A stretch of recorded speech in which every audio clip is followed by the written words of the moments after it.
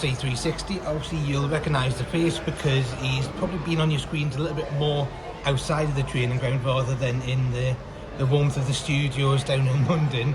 This is where I like to be, in the pub.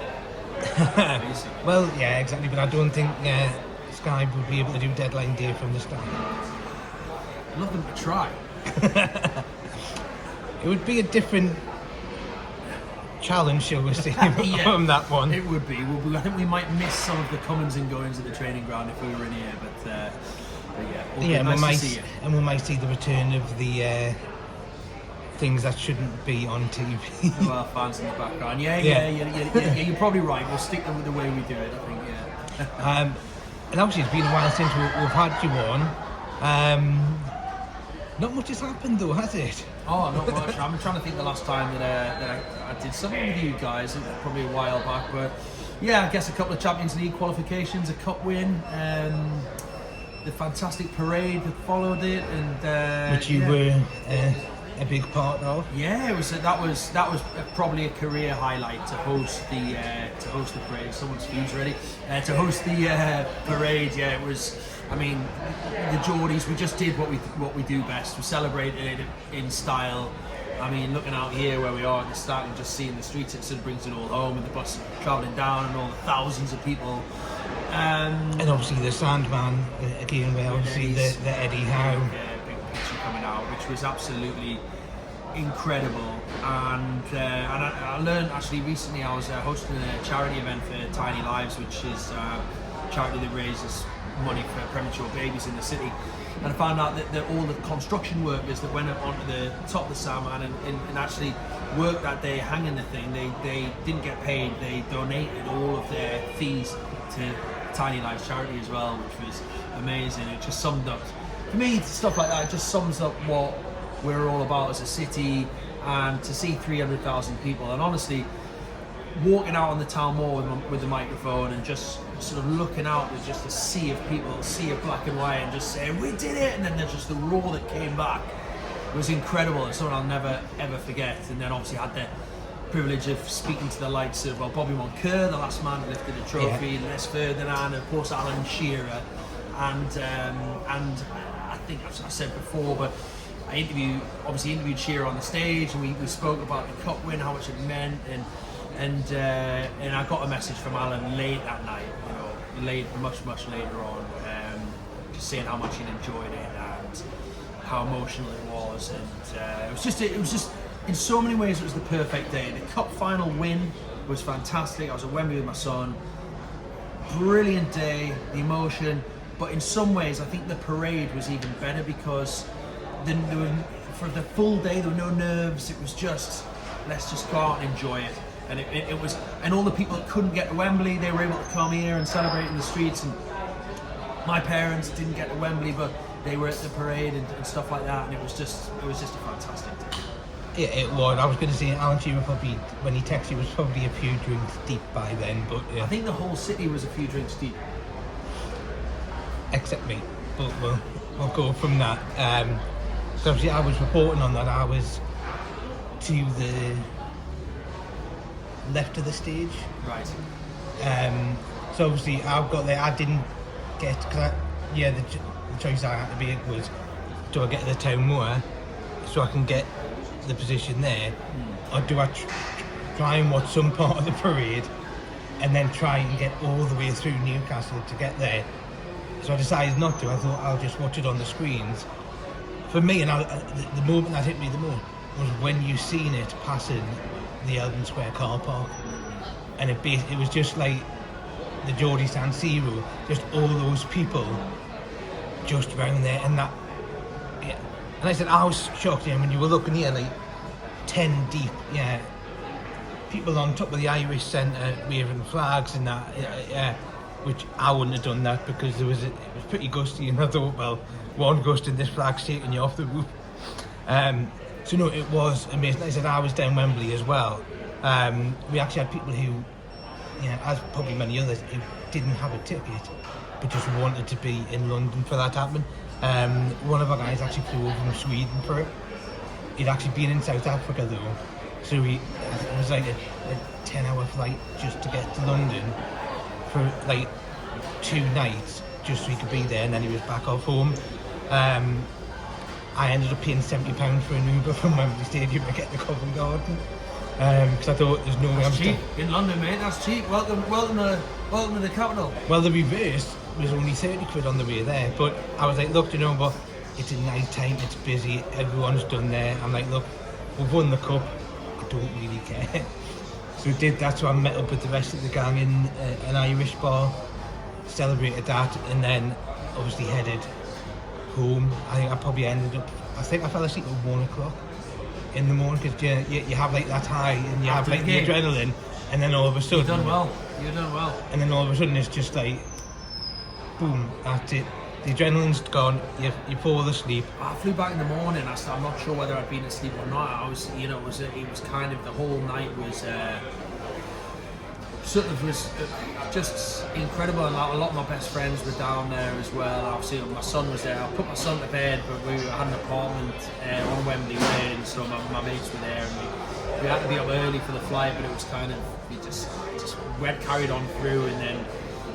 On the flight, even on the flight back, it was just all Geordies flying from London to Newcastle, and I just remember someone had the mobile phone out and they were playing Pump It Up on the phone, and the whole plane was singing it. This was like the red eye flight at 6 o'clock in the morning. So yeah, incredible time, and I'm just not sure we'll ever top it. Even if we went on to win the Premier League and the Champions League, which I believe Newcastle United will do in the future, both of those trophies I believe we will win. I don't think we'll ever top that Carabao Cup as the one that broke the mould. Yeah, but I think Aaron T actually, I think, was the one that said it to you on the stage. It was like nothing will ever match this feeling, which was bringing a trophy back to Newcastle for the first time in 70 years, a domestic trophy, and to do it the way that we did against Liverpool, who were like, right, yeah, probably favourites for everything and that. And yeah, like I said, when I was there, and you sit there and you just go, and that's probably one of the best performances I've seen from that side. Like that overall, it was just unreal.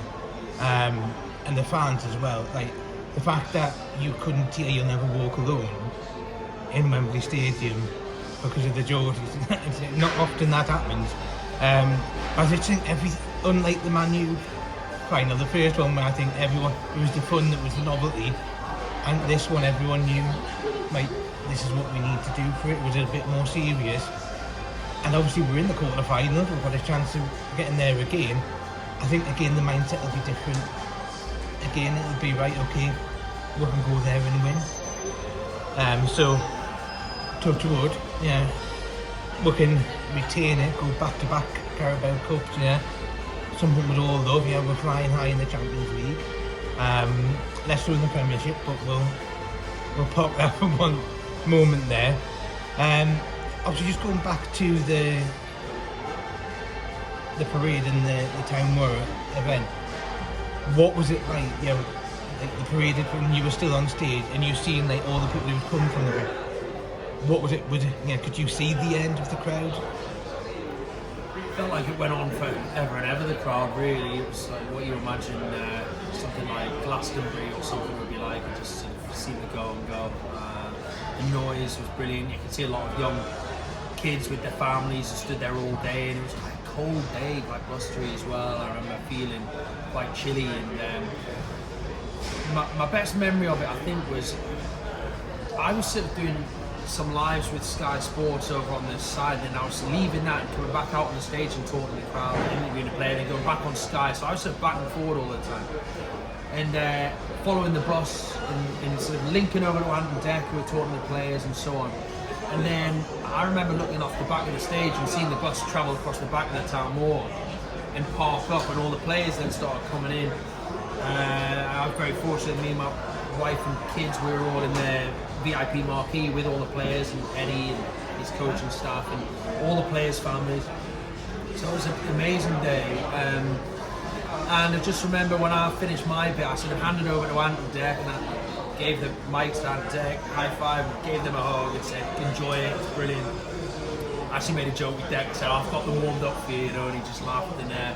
And then I walked around the back of the stage and I went over and I gave Eddie a hug, and the players and the ones that I'd get on with well, and it was just go and enjoy it. And then I stood there just on my own for a minute. I watched Eddie Howe and all the players sort of meander onto the stage. Eddie took the trophy out, and I just heard the roar from the side of the stage there, and that was brilliant. I didn't take many photos on the day as a professional photographer, but at that point I pulled out my mobile phone and I just sort of filmed as the guys all walked out and the reaction, and it was a brilliant moment, and one on that. Well, there was Murad's classes too. Geordie Duo was there on the night. Obviously, there was Anton Deck, and obviously, what I'd call the Sky Sports twins, yourself and Keith. Yeah, he was there doing work for Sky on the sideline, but of course I hosted with Lindsay Hipgrave from TNT as well on the stage, who's also a Geordie, and it was brilliant to work with her. And Keith and myself doing a lot of the Sky bits as well, which is great. Yeah, the Geordie twins. It's always very amusing to me that people think we're the same person. And I don't know whether I get called Keith more, he gets called Pete more, but I think it's something that we both chuckle about regularly. Well, even Sky Sports have got confused. I'm sure there's a shot went round you were doing a live at the training ground, and then Keith Downey popped up. I can't explain that actually, to be fair to Sky. So what happened was, I was at the training ground and Keith was here at St James's Park. We were both in a position where we could go live, and the plan was to go live to Keith. But just before, I think either Johan Wisser had arrived or we got a shot of him. So last minute they went, we've just got Wisser leaving the training ground or whatever it was. So they decided to throw it to me instead. But of course, the setup was already set up for Keith. So to be fair to them, it wasn't that they looked at me and thought, that's Keith.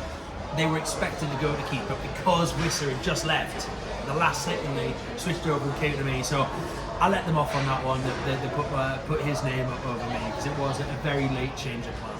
But not many would have noticed the difference anyway. No one would have. No. Now, obviously, you were there on the deadline day. It's probably been a while since you've done one of those live from the training ground, because normally, like I said, you're in the warmth of the studio, with the heating on, What was it like? Did it bring you back to your days of being a reporter or a radio presenter? Yeah, it did. It's nice. I'm doing a bit of reporting at the moment, which I'm really enjoying. It's a family decision really at the moment for me, because I've been at Sky for 15 years and working in London 4 days a week for that period. So an opportunity arose to do a bit more work here, which meant I had to spend every night with my wife and children. So that's what I'm doing at the moment, and I'm really enjoying it. Although I expect that somewhere down the line I'll probably get that itch to go back and do a bit of presenting again down there, but it's just, I've got 3 children. They're my absolute priority. My eldest is now 14, I've got a daughter 12, I've got a little one who's 6. And I've been at Sky for 15 years, so basically their entire lives I've worked away from home. So to be home, back in the northeast, spending time with my family has been absolutely brilliant. So I'm enjoying it for now, but I'm sure after a bit of time, the missus will be ready for me to go and spend a few nights away again, and I'll be ready to do it as well. So I'm sure that'll happen. But just for the next few months, it's going to be nice. Maybe to the end of this season to do a bit of stuff up here. And ironically, sort of Sunderland coming up and Leeds coming up and everything. I mean, Keith works so hard in the northeast covering Newcastle brilliantly that it would have been a lot for this period, I think, for him to have to go up to Leeds as well. I mean, he's covering Sunderland brilliantly as well, of course. So so I'm going to Leeds once in a while and helping him out with that. So really enjoying it, mate, to be fair. And obviously Keith is getting used to the life of being a dad. Yeah.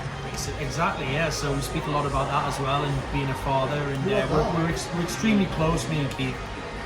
Not just as colleagues, but as friends as well.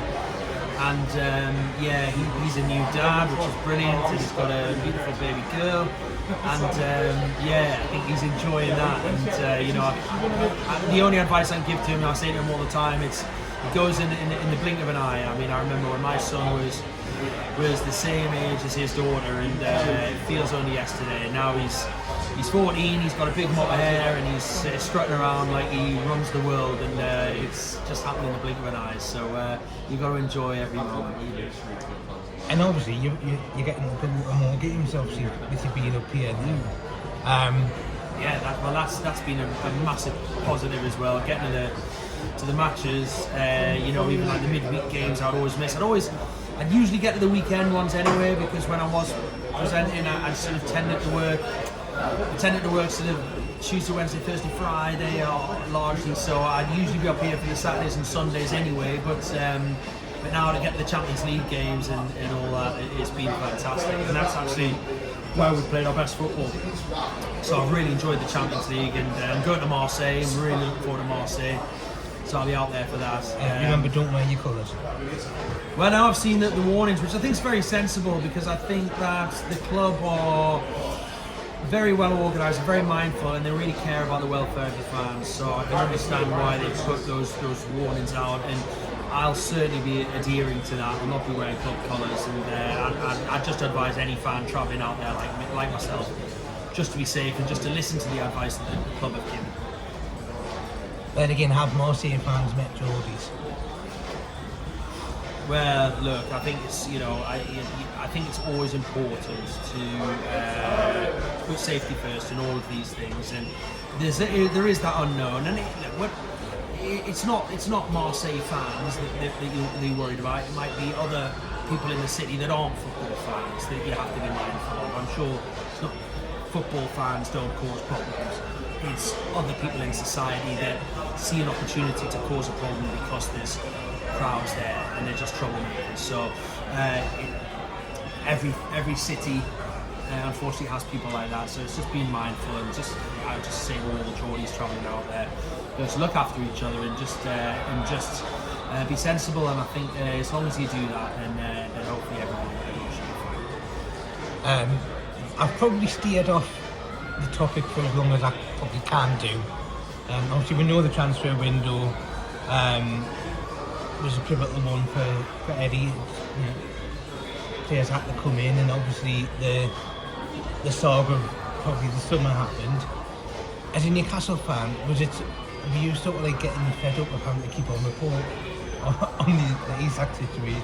Not really. I mean, I think it was a fascinating story. I mean, there was so many highs and lows really throughout the summer. Of you thought he was gone and he was going to stay, but then at the same time we were getting linked with all these different players, and you were thinking, oh, that would be an upgrade. Oh, what's that? Then all of a sudden, out of the blue, so Newcastle brought in Nick Voltermader, and that was a bit of a. I mean, I've seen the lad play a lot for the under-21s, and it's clear he's a talented player.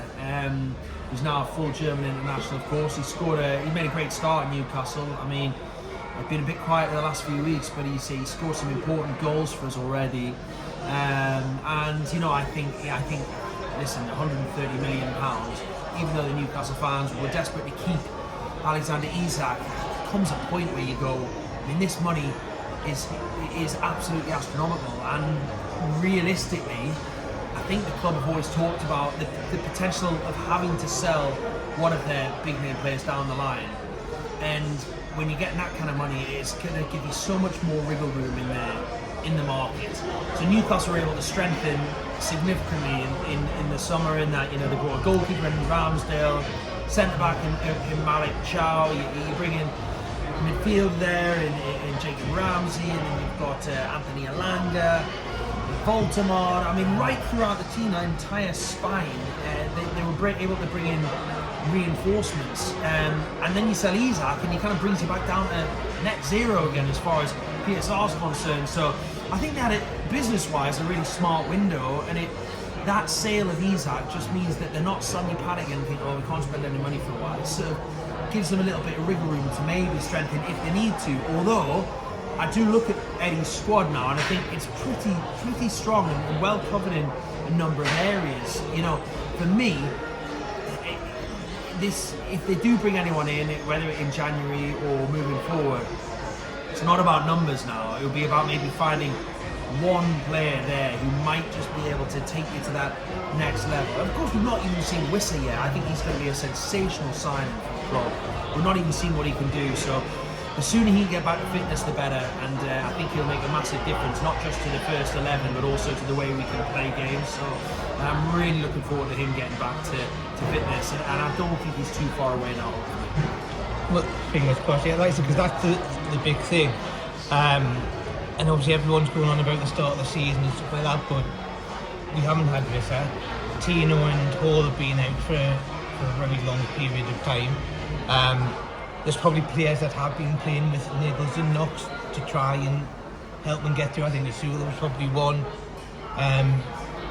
Most players which you look at, I still think, and I know you're saying about the quality aspect, I still think we probably need a backup left back. Because it just shows, obviously, the Retour went out, obviously Tino got injured, and then we're putting Danburn back there, which, yeah, he's done a job, but that's not his best position. I don't agree, everyone sees football differently. I think that, you've got Lewis Hall, you've got Tino Livramento that can play on the left, you've got Kieran Trippier who's played left back for England, and I think Danburn is a good left back. I think there's certain games where you might come up against a player. I think sometimes people point the finger too easy. I obviously see the game differently to other people, but I think over the years as a fan base, not the people you speak to in the street, but maybe the people that if you read everything you see on social media, they would be very quick to point fingers at certain players. I think it's been completely unjustified. I thought for many times the likes of Jacob Murphy's had a sort of bad time off fans, and you think that he tries his socks off.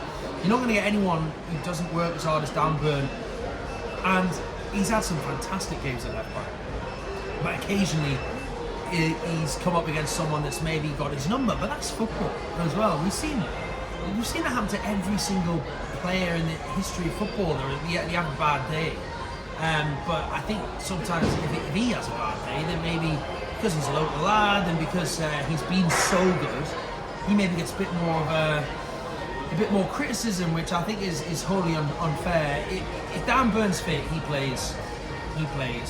That's how I feel. That's how certainly Kevin Keegan, who I was with last night, feels. He's a huge Dan Burn fan, and the very fact that Thomas Tuchel is picking Dan Burn, every single international camp, just shows what he can offer. Whether it's centre back or left back or in a three, I think he's a top quality player, and I think that some of the criticism's been completely unfair. As a team, we've not played well enough away from home. Eddie knows that. The players know that. It's something that needs to be rectified. It's something that will get rectified this season. But to try and, a lot of people try and say, oh, it's this player's fault, that player's fault. It's not. It's a collective.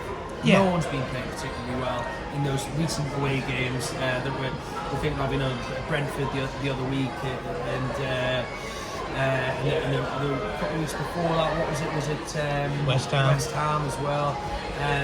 It was two poor performances. But in the same breath, Newcastle could easily go to Anfield and win, could go to the Etihad and win, could go to Spurs, Old Trafford and win this season, and put those to bed. It's just bad days at the office, bad spells that happen. And again, going back to Kevin Keegan, I was with him last night, and he said, when we were up here, he said, we had bad runs when we were near the bottom of the table, and we couldn't put a win together, and it's just football, but you find a way to pull it round, and he's spot on, and that's what Eddie will do. I've noticed you've name dropped him a couple of times too. Well, I spend a lot of time with him, with Kevin, and he's a very good friend of mine, and he loves the club inside out, and he's a big fan of Eddie, and he's a big believer that the club is finally going in the right direction. So yeah, it's I think there's a collective, and I thought Bruno's post was brilliant. I mean, what a captain Bruno is. And I thought his post the other day was brilliant. He said, we've got to be collective, we've got to be together. There's a fan base, there's a squad, there's a management team, backroom staff, everything. So there's a football club and a fan base. As long as we remain united, then pushing forwards, then these are great times at Newcastle. They're absolutely fantastic times. I've been going to the games. My first game was in 1991, I think, early 1991. I think it was maybe January. So I've been going basically my entire life. It's like 30 odd years, 35 years of watching Newcastle United. And this is right up there. This is right up there. And it's only when it's all over that you look back and go, oh, that was brilliant. That, I've seen it time and time again. Keegan, when he was here, and it was a fantastic time. You thought it was going to last forever, and it didn't. And then all of a sudden you hark back and when's he? And then Bobby came, and Bobby Robson, it was a great period again. But then fans were getting disgruntled when Bobby was here, and then Bobby left, and then all of a sudden we were in the doldrums for years. Eddie's here now, and it's again, for the third time in my lifetime, it's a fantastically positive period. We've got to make sure, as a fan base, we remember that. We keep pushing forward, we keep together, and we keep positive, because it doesn't get much better than this. It will get better than this, but there will be ups and downs in this period. But this is still a fantastic time to be a Newcastle fan. Yeah, look, I've always had the opinion that yes, our form certainly has not been anywhere near where it needs to be, but we need to look at the fact that we've had Johan Visser out since we've basically signed him. We've expected Nick Valdemar to come into a brand new league and just hit the ground running, which he has fairly, but they're still learning. Teams are maybe getting to know him and don't play two people on him. But we've been without Tino and Hall, like my first choice fullbacks, for a fair amount of time. Obviously we've had changes. We started the season with maybe 2 signings, which was Ramsdale and Alanga. The majority of them came towards the end of the window, so Eddie hasn't had time to work with them, build it. And that's where I'm just like, look, give them time. Look, at the minute we're sitting 6th in the Champions League. We're both teams like Liverpool and Real Madrid. When you look at the table, and that's when you look at it and go back. Things aren't too bad. When you're above the likes of Real Madrid and Liverpool. With all the names that they've got in the Champions League. Like I said, I think Visser will be great when he's back fit. I think Alanga will come good, but it's a massive change for him. And I think it was the same with Anthony Gordon. He's coming from a side that plays counter-attacking football to a side that's on the front foot. And I'm not one of those ones yet. Look, it's great. Murphy's what a backup or what an alternative to have. You can put him on, he'll put the ball in the box. Like you said, his smile just lights up wherever he is now. It's just unbelievable. We've got Sandro Tonali, probably one of, if not the best midfielder around. I know some fans from other teams will disagree, but for me, when you watch him, you just look at him and you're going, how have we got him? You do scratch your head. And even Malik Chow, you'd think he'd been playing in the Premier League for years. So there is all that. I'm one of the ones, I'm still optimistic. We're still in the Carabao Cup. We've probably got a good chance of going into the knockout stages of the Champions League. There's still time to climb the Premiership. And we're not in the days of the previous ownership, so we'll go from that. Now obviously you've mentioned the entertainers, you've mentioned obviously the Carabao Cup, and obviously this is going to lead on to a fantastic event that you're going to be hosting next Wednesday at the fabulous Time Theatre, which is it's a masterpiece in terms of the architecture, and that. It's just a stunning building to go into. Now obviously you've done previous events, you've had Kevin Keegan there, you've had Eddie Howe. Eddie Howe was there, you've had Jonas Gutierrez, Ryan Taylor and James Perch there, which I've said those three should go on the road for the comedy routine, because I thought they were just hilarious. And obviously this time you bring in an England legend. You could say he's a bit of a psycho, but Stuart Pearce, one of the entertainers, if you see a centre Parton, it probably gives it away who it is, Warren Barton. And then obviously the first signing of the PIF era and one of the pivotal members of the squad to bring the trophy back to St Jude's and Kieran Trippier. Are you excited for it? So excited about the event. I mean, we've got a fantastic lineup. Like you said, to have Kieran Trippier, current first team player, one of the heroes of the Carabao Cup, a man who is now immortal in this city from what he achieved. To have him with us is absolutely fantastic. I know he's looking forward to it as well.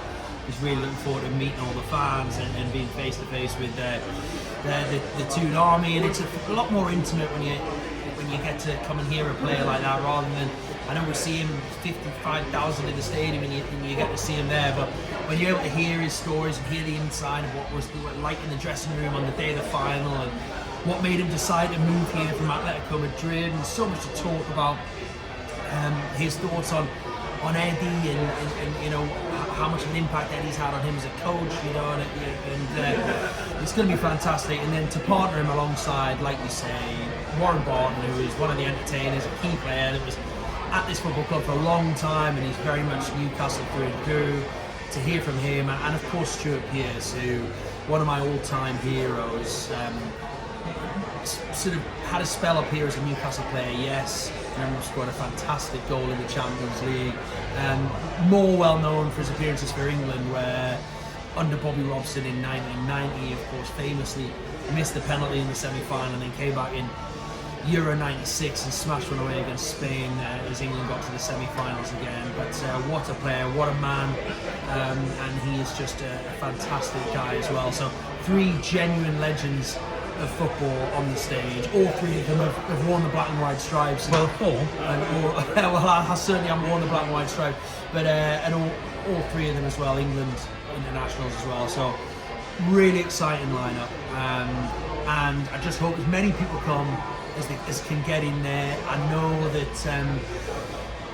that there's a lot going on at the moment. There's matches every few days with Champions League and Carabao Cup and Premier League, but I think the opportunity to hear from Kieran Trippier firsthand about his life at Newcastle United, the cup final, to hear from Warren Barton about what it was like to play under Kevin Keegan and so on, and to hear from Stuart Pearce about everything that he's been through as a player is going to be absolutely fantastic. And actually, I've got a present for NUFC 360 listeners. Last remaining tickets. I've been told there's only a handful of gold tickets left now anyway, but we want to get as many in as possible. So for the last remaining tickets, 50% discount code. Gora Events have just phoned me up and told me you can do this. So you put Defenders 50 into the cart as you pay for your tickets at the end. You get 50% off. It's going to be a fantastic night. Cure Leukemia are charity partner, which is a fantastic charity as well. So yeah, as many people that can get down as they can, and we'll have a brilliant night. And just to say as well, we've got some amazing raffle prizes on the night and some amazing auction prizes as well. So should be absolutely brilliant. Yep, well, obviously we'll be there. You said it's a great event. It's also raising money for a great charity as well, and that's what the Geordies need to do. So I'll put the play in. Look, you get a discount code. Yeah. Make it an early Christmas present for someone. Yeah, it's going to be perfect. Here you go, an early Christmas present. You're going to meet 3 Newcastle legends. Your Christmas night out, a lot of guys and girls working will be thinking what we're going to do for our Christmas night out this year. Well, it's a great opportunity to go down, have a few beers, listen to 3 legends of football, and and just have a great night here in the city. And no doubt, I mean, I think when we did Gutierrez, Perch and Taylor night, we all spilled out afterwards and ended up having beers with all the people that had been there. It was a fantastic night, and I seem to have a vague memory of being in a bar and Jonas Gutierrez pulling pints for people in the bar, and it was just a brilliant night. So yeah, it's always a great night. I don't think Kieran will be allowed to do that because he's got some important games coming up, but I wouldn't put it past Warren Barton and Stuart Pearce. No problem. And just for a little bit of fun, I'm going to rule the Carabao Cup final out because it's probably the most. Under Eddie Howe, what is your favourite match? Paris Saint-Germain. Easy. The 4-1 win was for me, that was the game where really it was like, wow, we're in the Champions League, we're playing against one of the best teams in the world. Kylian Mbappe was on the field. Dembele was like, it was an unbelievable Paris Saint-Germain side, and Newcastle, the fans turned up in their numbers, made a huge racket, and from the moment Miggy Almiron put us 1-0 up, then to see Dan Burn and Sean Longstaff, 2 Geordies score, and then to see Fabian Schär ping one in the top corner against Donnarumma, arguably the best goalkeeper in the world. It was just a perfect night, and I was here at Manchester United 5-0, I was here at Barcelona 3-2. They were 2 great nights, but that night against Paris Saint-Germain was, for me, in my lifetime, just behind the Carabao Cup final, is the greatest night as being a Newcastle fan. Obviously, you mentioned you were at the famous night against Barcelona, but we have just recently had a one. Did that bring back memories? It did, actually. Well, it did bring back memories for me, because I was part of the team that flew Tino Asprilla from Colombia. I went and picked him up from the airport and had a few days with him and took him to the match. He was in the chairman's suite for the game.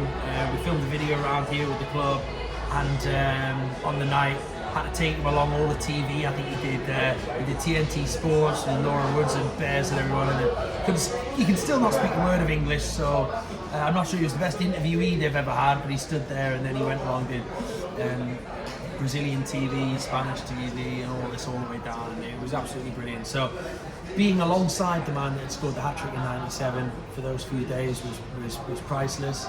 And it was, it was very different. I think Newcastle's very much a club on the up. When we beat Barcelona in '97, it felt like we were kind of just on this. Kevin Keegan had left the club, and a lot of the players had gone, and it felt like we were almost on the slide, and it was a fantastic win on the night. If anything, the one the other night, even though we got beat, is still almost a better time now to be a Newcastle fan, because the club are very much on the upwards trajectory. So, of course, it was great to get the win in '97, but I'd choose this Champions League campaign in 2025 over the 1997 one.